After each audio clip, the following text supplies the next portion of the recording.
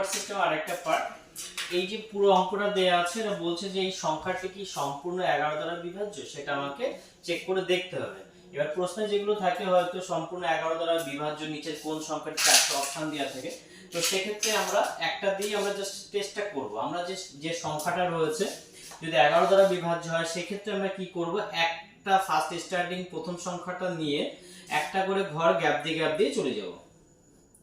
আর যদি সংখ্যা থাকে আরো আমরা নেব। তাহলে দেখো যে সংখ্যাগুলো নিচে দাগ পড়েছে, দেখো 2 যোগ পরের সংখ্যাটা যোগ তারপরের সংখ্যাটা যোগ তারপরের সংখ্যাটা, মানে যেগুলো একটা একটা করে গ্যাপ দিয়ে গেছি। পরবর্তী যে বাকি সংখ্যাগুলো আছে সেটা অন্য সাইডে আমরা পুট করব। 9 আছে, প্লাস 5 আছে, প্লাস 3 আছে, প্লাস 1 আছে। এটা করার পর মাঝে একটা মাইনাস বা ডিফারেন্স করে দেব। তাহলে কত হচ্ছে দেখো, 8 আর 2 10, 14, 14 আর 2 হচ্ছে 16, মাইনাস এটা 9 আর 14, 14 3 17 আর 18। এটা বাদ দিলে দেখো -2 হচ্ছে। অনেকে উল্টো দিক থেকেও করে, সেক্ষেত্রে পজিটিভ অ্যান্সার হচ্ছে।